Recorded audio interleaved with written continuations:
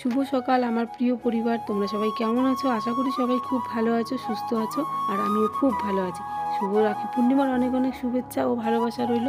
এখন ঘড়িতে বাজে হচ্ছে সকাল 7টা, আর ঘুম থেকে উঠে এই দেখো চলে এসেছি আমি বাইরে। আর এই ভিডিওটা কিন্তু আমি করছি না, এই ভিডিওটা করছে আমার ছোট্ট সোনাই। দেখো ক্যামেরা নিয়ে আমাদের ফুলগুলো তোমাদের সাথে শেয়ার করছে।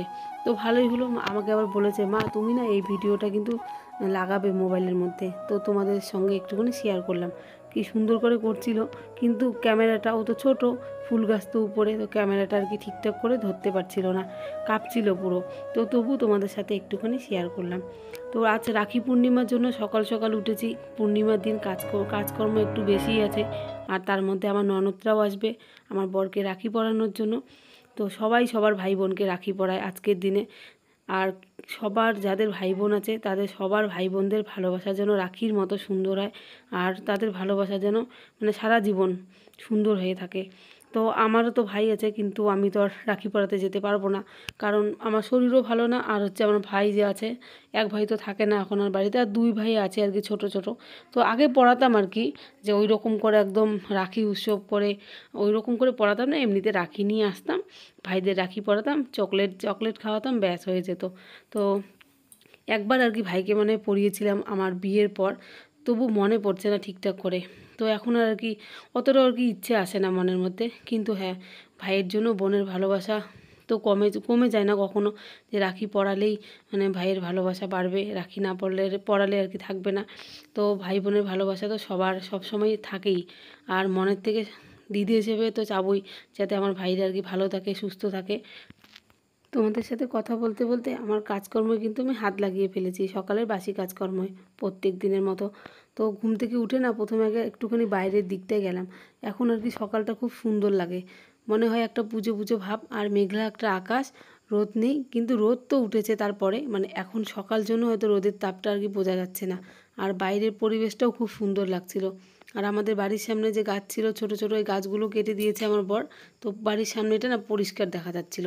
আর দেখবে বাড়ির সামনেটা যদি পরিষ্কার থাকে দেখতেও কিন্তু খুব ভালো লাগে। আর কয়েকদিন আগে তো খুব জঙ্গল ছিল, তখন না কেমন একটা জিনিস দেখা যায়, মানে বাড়িঘরের যে আলাদা একটা সৌন্দর্য থাকে সেই সৌন্দর্যটাই যেন নষ্ট হয়ে যায়। তো একদিকে পরিষ্কার করেছে আর একদিকে বাকি আছে। তার কারণ হচ্ছে যে চাল কুমড়োর গাছ আমাদের বাইরে আর কি লাগানো হয়েছে। তো ওই জালিটা যেখানে আর কি দেওয়া হয়েছে চাল কুমড়োর, তো চাল কুমড়োর যে ডোগাগুলো না ওগুলো আর কি ওই গাছের উপর উঠে পড়েছে, গাছগুলোর উপর। এর জন্য গাছগুলো আমার বর আর কি কেটে দেয়নি, নাহলে আবার চাল কুমড়োর যদি ডোগা আবার কেটে যায় তারপর ফল ধরবে না। এখন দেখছি চাল কুমড়োর আর কি ভালোই ফল আসছে, কয়েকটা খেলামও, তো এর জন্য আর কি ওগুলো কেটে দেয়নি। তো পুজোর আগে তো পরিষ্কার করবেই। আমার ঘরটা আর কি প্রথমে ঝাড় দিয়ে নিলাম, তার পাশের ঘরটাও ঝাড় দিয়ে নিয়েছি, নিয়ে আমার বিছানা পাটি গোছালাম, গুছিয়ে ঘরটা ঝাড় দিলাম, দিয়ে তারপরে যে আমার শাশুড়ির ঘরে চলে আসলাম। মানে এই ঘরটর গোছাতেই না অনেকটা সময় লেগে যায়, কমেও ঘন্টাখানিক লাগে ঘর গোছাতে, ঝাড় দিতে। আর বিছানার মধ্যে এত নোংরা তোমাদের কি বলবো, কাঠের গুঁড়ো পড়ে আমাদের ঘরের মধ্যে, বিছানা বলো তারপর মেঝেতেই বলো, সব ঘরে কাঠের গুঁড়ো এত পড়ে উপর থেকে, পুরনো হয়ে গেছে কাঠ। তো ওর জন্য আর কি কাঠ খেয়ে ফেলছে না, কাঠের তো পোকা থাকে অনেকগুলো, তো ওগুলো খেয়ে খেয়ে একদম নিচে ফেলে কাঠের গুঁড়োগুলো। আর ঝাড় দেওয়ার সময় না কাঠের গুঁড়োগুলোই মনে হয় বেশি করে বেরোয়।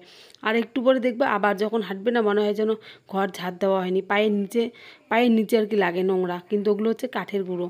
তো বারবার তো এইভাবে ঝাড় দেওয়া সম্ভব না, তোমরাই বলো। তো এদিকে বাসি ঘর দোয়ার সব ঝাড় দেওয়া হয়ে গেল, দিয়ে এদিকে এখন চলে আসছি কলের পাড়ে। কলের পাড়ে অনেক বাসন পড়ে আছে। আর বাসি বাসন না বেশিক্ষণ কলের পাড়ে থাকলে দেখবে নিজেরও যেন একটা কেমন লাগে, বাসি জিনিস বেশিক্ষণ পড়ে থাকলে। ঘরও দেখবে বাসি ঘরও যদি বেশিক্ষণ পড়ে থাকে ভালো লাগে না, নিজেরও মনের দিক থেকে ভালো লাগে না, কারণ এই কাজগুলো সকাল সকালের দিকে, আর একটুখানি দেরি হলে তখন যেন মানে নিজেরও কাজের চাপ লেগে যায়, আর তখন সময়ও কিন্তু পাওয়া যায় না। আর অন্যান্য দিন না মা আর কি বাসি বাসন এখন একটু মা আর কি বেশি মাজে। তার কারণ হলো আমার না বসে অনেকক্ষণ করে বাসি বাসন মাজতে খুব অসুবিধে হয়। তার মধ্যে যে এই কলটা পাম্প দিয়ে না মানে হেলে হেলে একটা করে বাসন নেওয়া আবার বাসন ধোয়া, মানে অসুবিধে হয়ে যায়, কিন্তু করতে তো হবেই না, নিজের শরীর বুঝে করি। কারণ মা এদিকে বাবাকে দেখা, তারপর এদিকে গোয়াল ঘর, আমাদের তো গরু আছে জানো, গ্রামের বাড়ি, অনেক কাজ বাজ কিন্তু থাকে, সব কাজ তো তোমাদের সাথে রোজ দিন শেয়ার করা যায় না। তো এর জন্য আমি যদি মানে বাসি কাজগুলো আমি করি তাহলে একটুখানি পরিশ্রমও কম হয়। কিন্তু মা আর কি মাঝে মাঝে করে, আমাকে আর কি বলে আর কি যে মানে মাজতে হবে না আর কি বাসনটা, কিন্তু তবুও আমি মাজি। যেদিন দেখি যে না মা অন্য কাজ করছে তাহলে আমি বাসনটা মেজে ফেলি। নিজেরও জানি একটা কেমন মনে হয় তখন।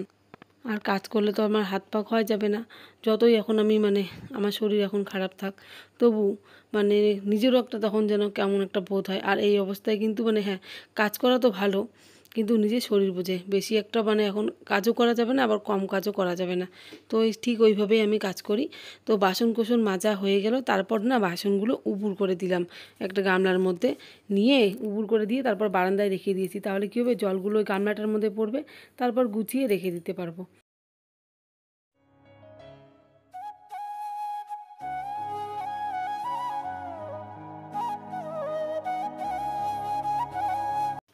স্নান করে রোজ দিন যে কাজটা করি, তুলসী তলায় জল দিয়ে দিলাম।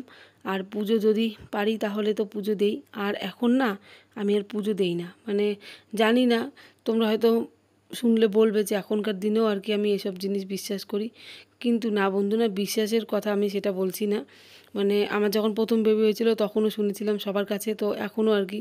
তো এদিকে তুলসী মাকে তো আমি রোজ দিন আর কি স্নান করিয়ে দিই, স্নান করার পর।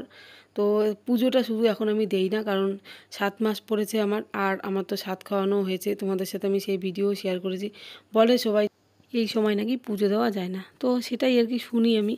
তো কিন্তু হ্যাঁ, তবু তুলসী তলায় কিন্তু আমি প্রত্যেক দিন জল দিই। তারপর মা যখন পুজো দেয় গিয়ে ঠাকুরকে প্রণাম করা, সন্ধেবেলার দিকেও তুলসী তলায় প্রণাম করা, ঠাকুর ঘরে প্রণাম করা, তারপর গীতা পাঠ তো রোজ দিনই করি, কারণ এই সময় ভগবানকে নিয়ে যদি থাকা যায় তাহলে সব থেকে ভালো, যেটা আমার মনে হয়।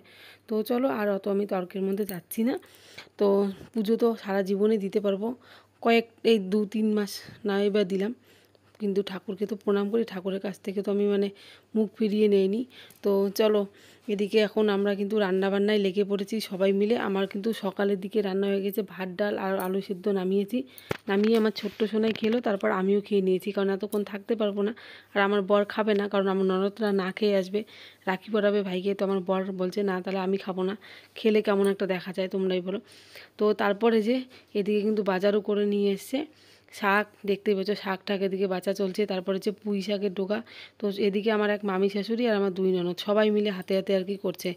আর এদিকে আমার বর আবার মাংসও নিয়ে এসে, পাঁঠার মাংস আর কি।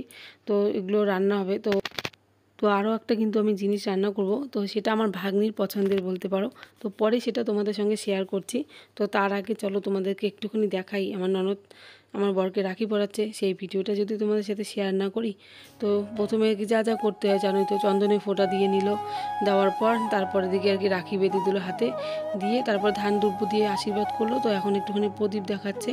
তো তারপর এদিকে মিষ্টিও খাওয়াবে। আর আমার ছোট্ট সোনাই তো মানে ও হাসছে আর কি, লজ্জাও পাচ্ছে যে মানে ওর বাবা তো অনেক বড়, বাবাকেও আর কি রাখি পরাচ্ছে, আবার বলছে আর কি টাকা দাও তাড়াতাড়ি আমার বাবাকে, এইভাবে বলছে। তো আমি এবার এদিকে বলছিলাম যে বোন রাখি পরায় আর ভাইয়ের দিতে হয়, বোন রাখিও পরাবে আবার দিবেও।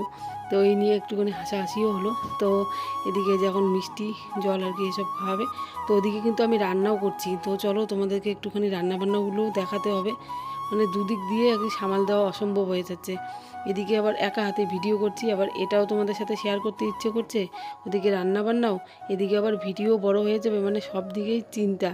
আর এদিকে না সত্যিকারে যেটা সত্যি কথা বলতে, আমার শ্বশুরমশাইয়ের অবস্থাও বেশি একটা মানে ভালো না, বাবা খাওয়া দাওয়া একদম ছেড়ে দিয়েছে, মানে 2 দিন থেকে খাচ্ছেই না। তো এই নিয়ে আর এক চিন্তা, মানে এদিকে রাখি উৎসবের জন্য কিন্তু মনের ভেতর একটা আনন্দ আছে, কিন্তু না আনন্দটা মানে ঠিকঠাক করে যে একটা মানে প্রকাশ করা, ওই রকম করে আনন্দও করতে পারছি না, এমন একটা কেমন যেন একটা লাগছে, সত্যি খারাপও লাগছে। আমরা খেয়েছি, কিন্তু বাবা সেই 2 দিন ধরে না খেয়ে পড়ে আছে, মানে খিদে, তারপর কোনো শরীরে তো শক্তি তো নেই, মানে খিদের যে একটা জ্বালা থাকে মানুষের, খিদে, তারপর এদিকে কথাবার্তা কিচ্ছু নেই, একদম শুয়ে আছে বিছানার মধ্যে।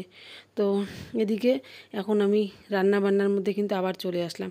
তো মাংসটাকে এখন মেখে রেখে দেবো।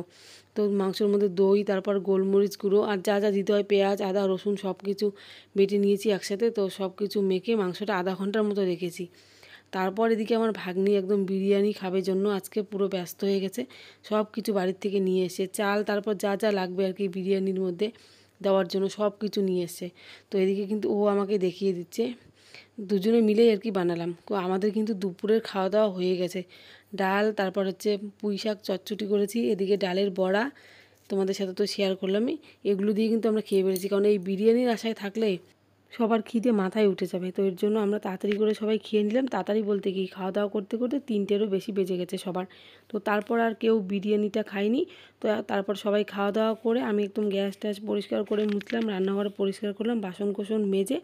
তো এখন ভাগ্নি বলছে যে মামি চলো বিরিয়ানিটা রেডি করে আর কি ভাপে দিই, তুমি এদিকে তারপর স্নান করে আসো আর ও একটুখানি রেস্ট করবে। তো তারপর সেটাই করলাম, করে এখন আবার চলে এসেছি রান্নাঘরে। এখন 7টার কাছাকাছি বাজে। তো দেখা যাক, এত সুন্দর গন্ধ বেরিয়েছে আর মনে হচ্ছে খেতেও খুব স্বাদ হয়। তো আজকের ভিডিওটা আর বেশি বড় করব না, এখানেই শেষ করলাম। কেমন লাগলো অবশ্যই জানিও কমেন্টে, আর পারলে একটা লাইক করে দিও আর সাবস্ক্রাইব করে আমার পাশে থেকো।